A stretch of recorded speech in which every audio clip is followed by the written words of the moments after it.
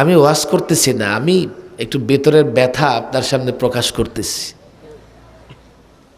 ব্যথাটা প্রকাশ করতেছি যে বর্তমান হালাত কি। এই জন্য আমি বলি, আমি যদি পারতাম ঢাকার সব মহিলা মাদ্রাসার মোহতমিমদের জমা করে পায়ে ধরতাম।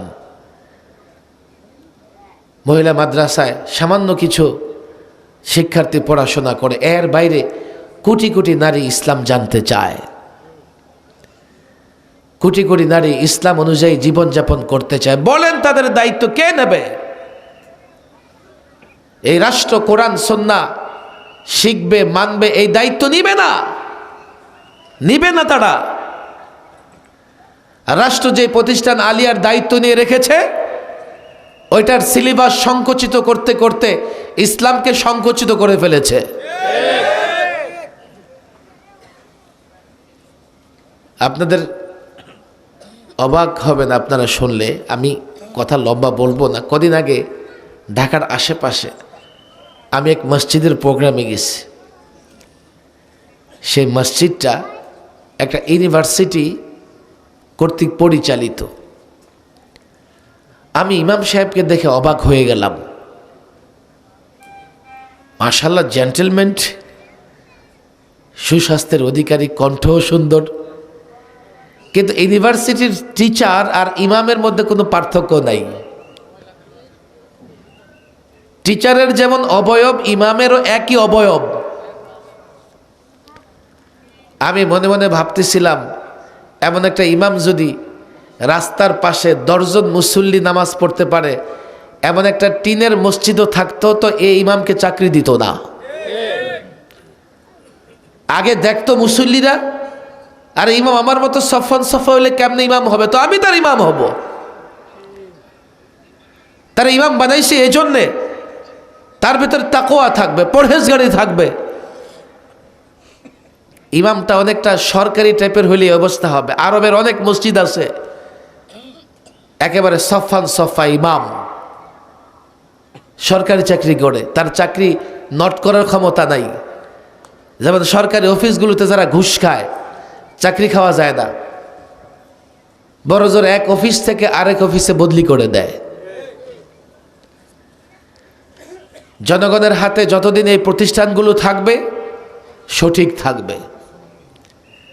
সরকারের কাছে যদি প্রতিষ্ঠানগুলো যায়, এই প্রতিষ্ঠানগুলো পথ হারাবে না, বিল্ডিং হবে, শিক্ষার্থী বাড়বে, ইসলাম থাকবে না। এই জন্য আমরা মনে করি কওমি মাদ্রাসাগুলো আপনারা চালাবেন, যেখানে দেখবেন ইসলাম আছে সেটা চালাবেন, যেখানে ইসলাম নাই সেখানে সহযোগিতা করবেন না। সরকারি সহযোগিতার মতো না, দেশ গোল্লায় যাক, সরকারি কর্মচারী বেতন ভাতা ঠিকই পাবে। আমার বড় অবাক লাগতেছে, এত বড় একটা নারী সমাজ, তাদের কাছে দিন পৌঁছানোর দায়িত্ব যদি এ কওমি মাদ্রাসার শিক্ষার্থীরা না নেয়, আমরা বড় একটা নারী সমাজকে সঠিক পথে রাখতে পারবো না। অনেকে ইসলামের নামে বিভ্রান্তির শিকার হয়ে যাবে, ইসলামের নামে কাটসাট ইসলাম, মডার্ন ইসলামে বিশ্বাসী হবে, ফলে হেদায়েতের পরিবর্তে তারা পথভ্রষ্ট হবে। আমি আমার দুঃখের ব্যথার কথা বললাম আর কি। 2 নম্বর কথা আমি যেটা বলছিলাম, বুখারী শরীফ খতমের পরে দোয়া কবুল হয়, এটা ওলামাদের তাজরিবা, অভিজ্ঞতা।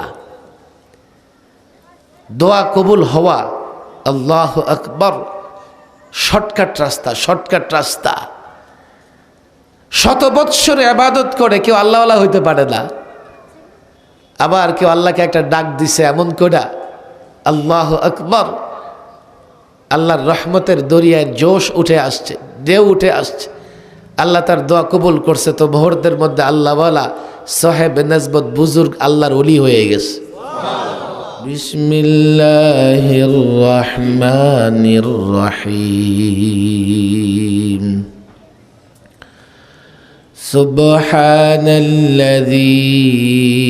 আসরা বিআবদিহি লাইলাম মিনাল মাসজিদিল হারাম ليلا من المسجد الحرام إلى المسجد الأقصى الذي باركنا حوله لنريه من آياتنا إنه هو السميع البصير صدق الله مولانا العظيم جامعة عربية ফাইজুল উলুম লতিফপুর মাদ্রাসার হাফেজ ছাত্র এবং ফারিগিন ছাত্রীদের দিস্তারে ফজিলত সম্মাননা সূচক পাগড়ি প্রদান উপলক্ষে এবং আপনারা দেখেছেন বুখারী শরীফের সর্বশেষ হাদিসটি তেলাওয়াত করা হয়েছে। বুখারী শরীফের খতম উপলক্ষে আয়োজিত আজকের এই দোয়া ও মুবারক মাহফিলে সভাপতিত্ব করছেন আলহাজ রফিকুল ইসলাম মাস্টার,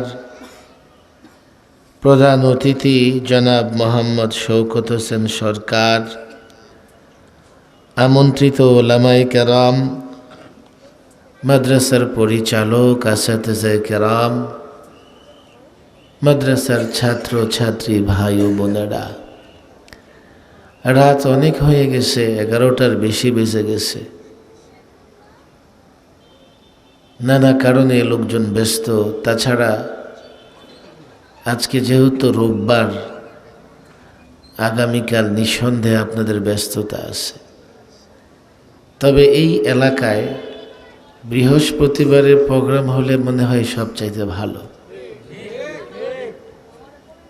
আমি কদিন আগে মাদ্রাসা দারুসুন্নায় আসছিলাম, সবাই বলল যে হুজুর যত রাত হয় সমস্যা নেই, কালকে ডিউটি নাই।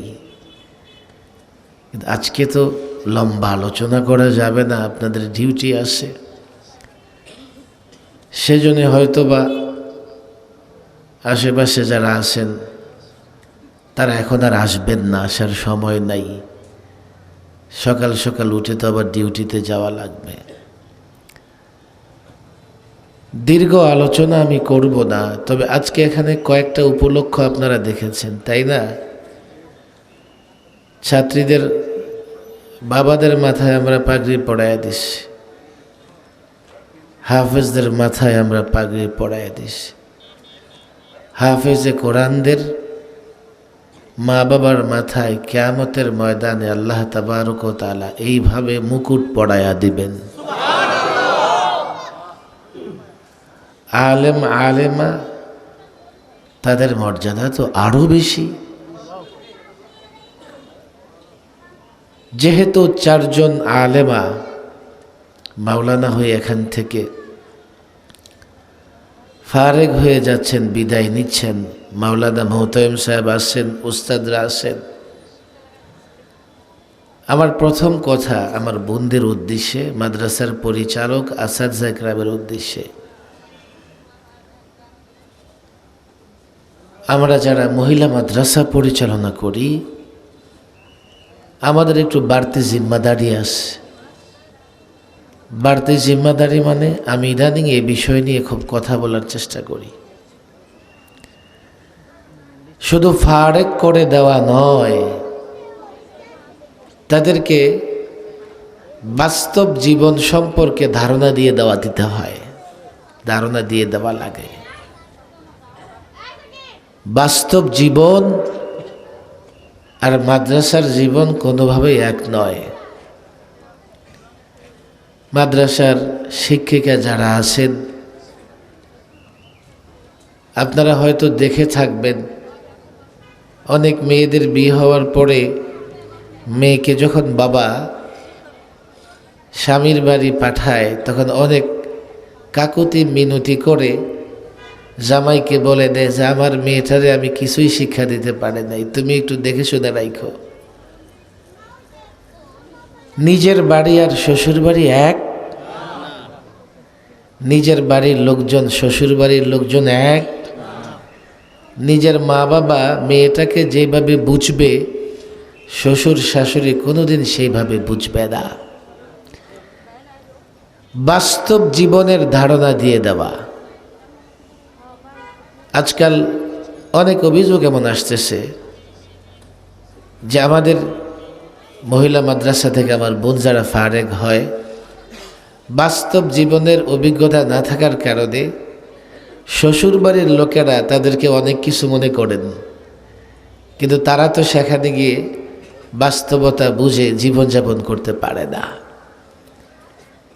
দ্বিতীয় বিষয় যেটা আমার বলা দরকার, এগুলো হয়তো ওস্তাদরা করে থাকেন, আমাদের প্রত্যেকটা ছাত্রীকে দায়ী হওয়া লাগবে, দায়ী ইলাল্লাহ, দাইয়া ইলাল্লাহ,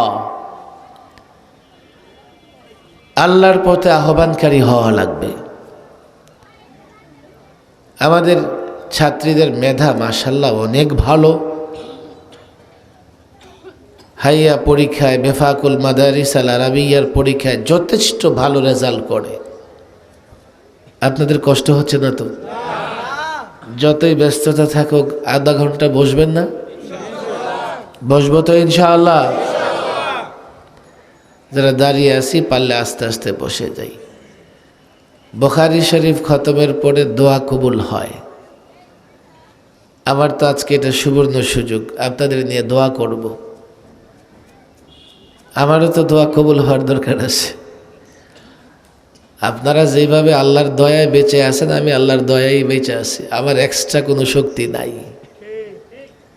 আল্লাহ যদি দয়া করে সম্মানের সঙ্গে থাকব, দয়া না করলে বেইজ্জতের শেষ থাকবে না।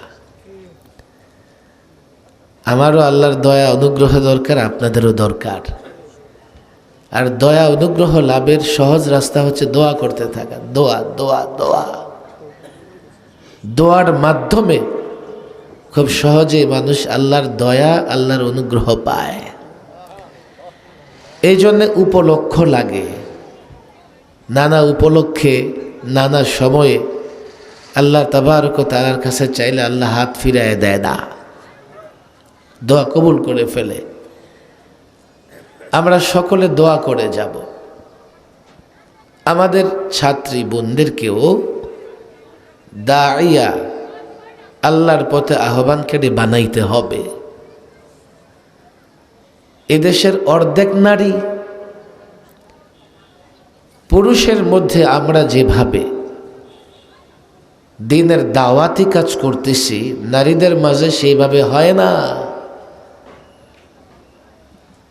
বলবেন যে হুজুর আপনাদের বয়ান ইউটিউব ফেসবুকে তো নারীরাও শোনে, কিন্তু আমরা তো সব বয়ান নারীদের উপযোগী করে করি না।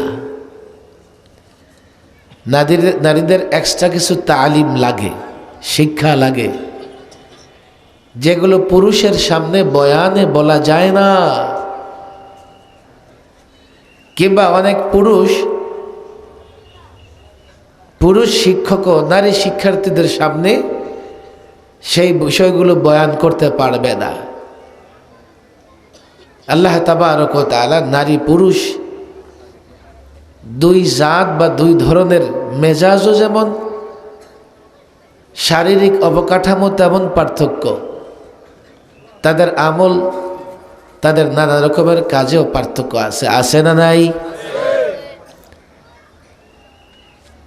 যদিও বড় দায়িত্ব হচ্ছে স্বামীর, স্বামী তার স্ত্রীকে দিন শিক্ষা দিবে, কিন্তু আজকাল সব স্বামী তো দিন জানে না, দিন বুঝে না। আর স্বামীরা ওয়াজে আসলেও আমরা তো সব কিছু তাদেরকে খুলে বলতে পারিও না। তাহলে বাংলাদেশের অর্ধেক নারী তাদের কাছে দিন কিভাবে পৌঁছাবে? তারা কি করে দিনের উপরে সঠিকভাবে আমল করবে? আমাদের মা বোনদের এক্সট্রা একটু দায়িত্ব পালন করতে হবে। সেটা বড় পরিসরে না হোক, ক্ষুদ্র পরিসরে, নিজের ফ্যামিলিতে, নিজের মা, নিজের বোন, শাশুড়ি, ননদ, নিজের পরিসরে, নিজের ঘরে, নিজের মহল্লায় শরীয়ত মেনে যতটুকু এরিয়ায় সে দ্বীনের তালিম দিতে পারে আমাদের ছাত্রীদেরকে ততটুকু দায়িত্ব নিতে হবে। নারীদের কাছে সঠিক দাওয়াত পৌঁছানোর ব্যবস্থা নাই, কিন্তু ব্যাঠিক দাওয়াত তো ঠিকই পৌঁছায় যাইতেছে। বলবেন হুজুর ব্যাঠিক দাওয়াত কিসের? টেলিভিশন, নাটক, সিনেমা তো আছেই। এছাড়া অনেক ক্ষেত্রে ইসলামের নামেও অসম্পূর্ণ দাওয়াত পৌঁছাইতেছে, অসম্পূর্ণ দাওয়াত পৌঁছাই যাইতেছে। একটা বিষয়কে দিন কিংবা ইসলাম বলে প্রতিষ্ঠিত করার চেষ্টা করা হচ্ছে, অথচ দিন তথা ইসলাম হচ্ছে কমপ্লিট কোড অফ লাইফ। ভালো করে বুঝার চেষ্টা করেন। এখন তো নির্বাচন, আমি নির্বাচন দিয়ে উদাহরণ দেই। মনে করেন নির্বাচনে ভোট একটা আমানত, আপনি আমানত আদায় করবেন, কিন্তু আমানত আদায় করবেন কি ফরজ বাদ দিয়া? আমানত আদায় করবে তো চেহারা খুইলা, বোরকা নাই, হিসাব নাই, মাঠে দৌড়াইতেছে, স্লোগান দিতেছে, আছে না নাই? তাহলে সেই নারীর জানার দরকার ছিল ভোট আমার আমানত, ঠিক আছে, কিন্তু সেই আমানত আদায় করার জন্য আমি ফরজ বিধান লঙ্ঘন করতে পারবো যেহেতু ভোটের মারামারি চলতেছে। আপনাদেরকে সামান্য একটু বললাম আর কি। এইভাবে নারী সংগঠন হোক, নারীবাদী সংগঠন হোক, নারীদের দল হোক, নারীদের কাছে ইসলাম তাদের স্বার্থ অনুযায়ী পৌঁছাইয়া দেয়। দেখেছে ভোটে স্বার্থ আছে, বাস বলে ভোট দিলেই চলবে, আর কিছু লাগবে না। অসম্পূর্ণ দাওয়াত পৌঁছাইতেছে নারীদের মাঝে। নারীদের আমল আখলাক বিশুদ্ধ করবার মতো আলেম না ওই নারীবাদীদের আছে, না তারা তাদের প্রতিষ্ঠান থেকে শিক্ষা করতে পেরেছে। মাদারেসা কওমিয়া, এই মাদ্রাসাগুলো থেকে নারীরা সম্পূর্ণ ইসলাম শিখে, পরিপূর্ণ ইসলাম শিখে এবং সেটা প্র্যাকটিস করে, তামরিন করে, তাদরিব করে, তরবিয়ত নিয়ে নিজের জীবনে বাস্তবায়ন করে তারপরে বের হয়ে যায়। এই মাদারেসে কওমিয়ার শিক্ষার্থী ছাত্রীরা যদি সত্যিকার অর্থে দ্বীনের তালিম দাওয়াত ঘরে ঘরে পৌঁছায় দেয়, সঠিকটা পৌঁছাবে। তারা যদি নীরব থাকে, অন্যরা যদি স্বার্থের কারণে দ্বীনের কোনো একটা বিষয়কে হাইলাইটস করে, আল্লাহর কসম করে বলি একটা সময় আমাদের মা বোন নারীরাও ইসলামের নামে বিভ্রান্তির শিকার হবে। আফসোস লাগে। আমার তো মন চায় অন্তত ঢাকা আশেপাশের সমস্ত মহিলা মাদ্রাসার পরিচালক, দায়িত্বশীল মোহতামিম যারা আছেন ওদের পায়ে ধরি, একসাথে করে এক জায়গায় জমা করে ওদের পায়ে ধরি আর বলি ছাত্রীদেরকে তালিমের সঙ্গে দাওয়াতের তরবিয়ত দেন, দাওয়াতের তালিম দেন। নিজের চোখে যে ফিতনা দেখতে পাইতেছি, যারা ঘরে ঘরে দাওয়াত নিয়ে বেড়ায় ওদেরই তো ইলম কালাম নাই, থাকবে কোত্থেকে? ওদের প্রতিষ্ঠানগুলো থেকে আইএ বিএ পাশ করলেও আরবি অক্ষর ঠিক মতো লিখতে পারে না। আপনারা আমার উপর নারাজ নাকি? আমি যদি অবাস্তব কথা বলি আপনারা দেখেন গিয়া। দাওয়াতের আগে তালিম। আপনি দাওয়াত দিবেন কিসের? ইসলামের। ইসলামের তালিম লাজেম, বাধ্যতামূলক। সাধারণত যে সমস্ত প্রতিষ্ঠানগুলো আছে, আলিয়া মাদ্রাসা আমাদেরও প্রতিষ্ঠান, এটা সংকুচিত হয়ে গেছে দ্বীনের তালিম।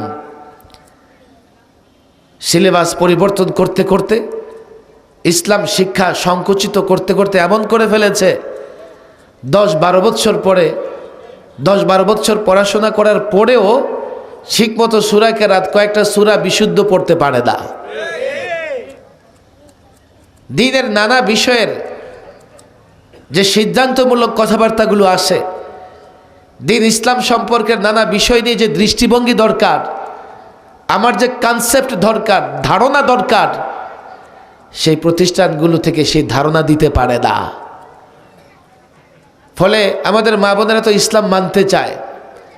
ভাই কেউ যদি পোলাও কুরমা না পায় তো পান্তা ভাত কাঁচা মরিচ আর পেঁয়াজ দিয়ে খেয়ে নেয়, নেয় কি নেয় না? নারীদের ভেতরে যথেষ্ট ইসলাম জানার আগ্রহ আছে, যথেষ্ট আছে। আমার মা বোনদের মন পুরুষের তুলনায় অনেক বেশি নরম, এবং নারীরা ঘরে পুরুষের চাইতে বেশি আবাদত করে। আপনি জরিপ চালায় দেখেন পুরুষের চাইতে নামাজি নারীরা বেশি। কথা ঠিক না ঠিক? হায় সেই নারীদের মাঝে দিনের তালিম দাওয়াত সঠিকভাবে পৌঁছাইতেছে না। আমাদের পুরুষ যারা আমাদের বয়ান শোনে, আমরা না তাদেরকে সব বিষয়ে বয়ান করতে পারতেছি? তারা না নিজের স্ত্রীদের দিনের তালিমের খবর নিতে পারতেছে? ওরে বাসায় পাঠাই দাও,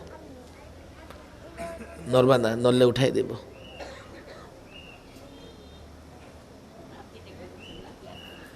আমি ওয়াজ করতেছি না, আমি একটু ভেতরের ব্যথা আপনার সামনে প্রকাশ করতেছি, ব্যথাটা প্রকাশ করতেছি যে বর্তমান হালাত কি।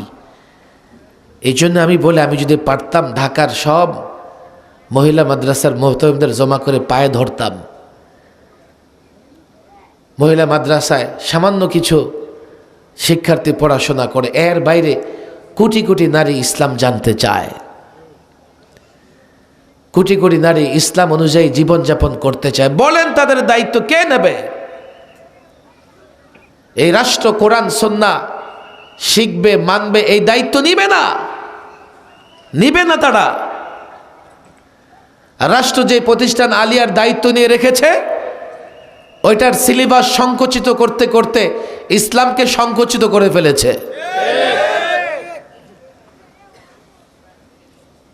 আপনাদের অবাক হবেন আপনারা শুনলে, আমি কথা লম্বা বলবো না। কদিন আগে ঢাকার আশেপাশে আমি এক মসজিদের প্রোগ্রামে গেছি।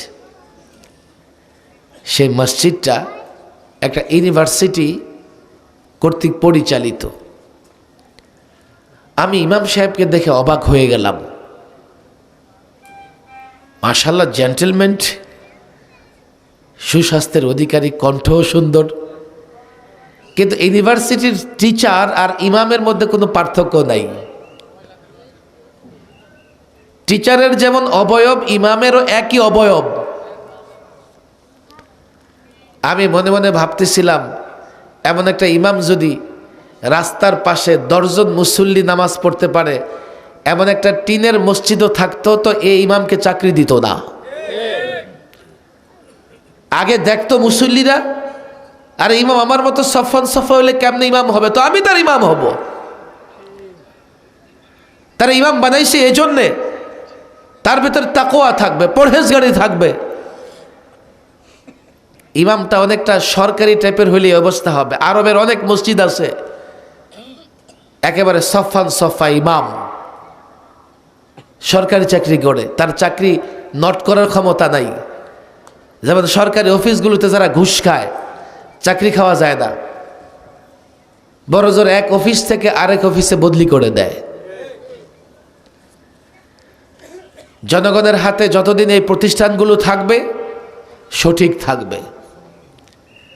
সরকারের কাছে যদি প্রতিষ্ঠানগুলো যায়, এই প্রতিষ্ঠানগুলো পথ হারাবে না, বিল্ডিং হবে, শিক্ষার্থী বাড়বে, ইসলাম থাকবে না।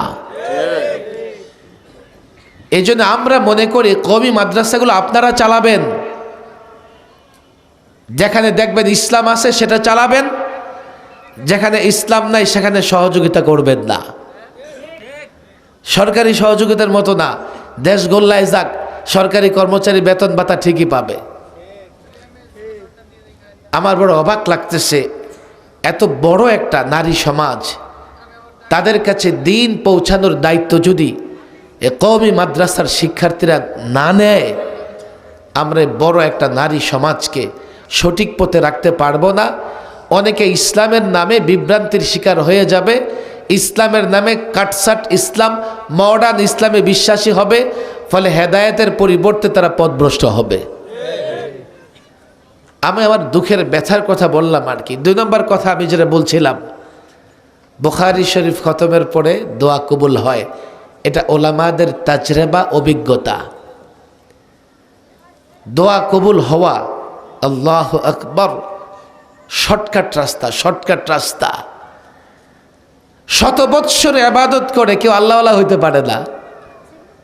আবার কেউ আল্লাহকে একটা ডাক দিছে এমন করে আল্লাহু আকবার, আল্লাহর রহমতের দরিয়ায় জোশ উঠে আসছে, ঢেউ উঠে আসছে, আল্লাহ তার দোয়া কবুল করছে। তো মুহূর্তের মধ্যে আল্লাহওয়ালা সাহেব নসবত বুজুর্গ আল্লাহর ওলি হয়ে গেছে। শত তদবির করে সমস্যার সমাধান হয় না। আল্লাহকে ডাক দিছে, আল্লাহ তার সমস্যার সমাধানের রাস্তা বের করে দিস। দোয়া বড় গুরুত্বপূর্ণ জিনিস। যার জন্যে দোয়ার দরজা খুলে গেছে তার জন্যে আর কোনো সমস্যা নাই, সব সমস্যা থেকে সমাধানের পথ খুলে গেছে। আমরা উপলক্ষ খুঁজি, যেমন বুখারী শরীফ খতমের পরে দোয়া কবুল হয়, কোরআন শরীফ খতমের পরে কি হয়? আপনার কষ্ট হইতেছে? দোয়া কবুল হয়। বলেন, 5 ওয়াক্ত নামাজ আমরা ফরজ নামাজ পড়ি না? ফরজ নামাজের পরে কি হয়? বলেন, দোয়া কি হয়? তাহাজ্জুদের সময় দোয়া কি হয়? বলেন, কি হয়? জুমার দিন আসরের পর থেকে মাগরিব পর্যন্ত একটা সময় এমন আছে যখন দোয়া করলে আল্লাহ দোয়া ফিরাইয়া দেন না। ভাই, অফিস যখন খোলা থাকে তখন অফিসে গেলে কাজকর্ম হয়, এটার আশা একটু বেশি করা যায়। যদিও আল্লাহর অফিস 24 ঘন্টা খোলা, যখন খুশি চাইতে পারবেন। কিন্তু আমাদের তো যোগ্যতা নাই, আমাদের একটু ফ্যাসিলিটি লাগে, সুযোগ লাগে।